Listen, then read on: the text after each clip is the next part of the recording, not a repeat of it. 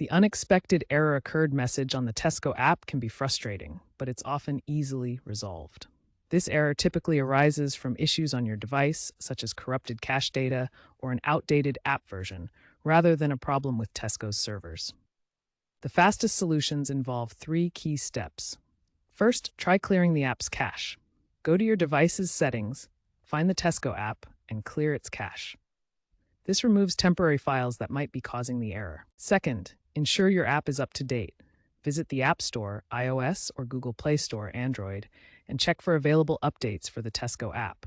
Outdated versions may lack crucial bug fixes. Finally, if the error persists, try uninstalling and reinstalling the app. This completely resets the app and can resolve deeper underlying issues. Following these steps should quickly resolve the unexpected error, allowing you to continue your shopping seamlessly. User reports show that clearing the cache resolves 60% of these errors.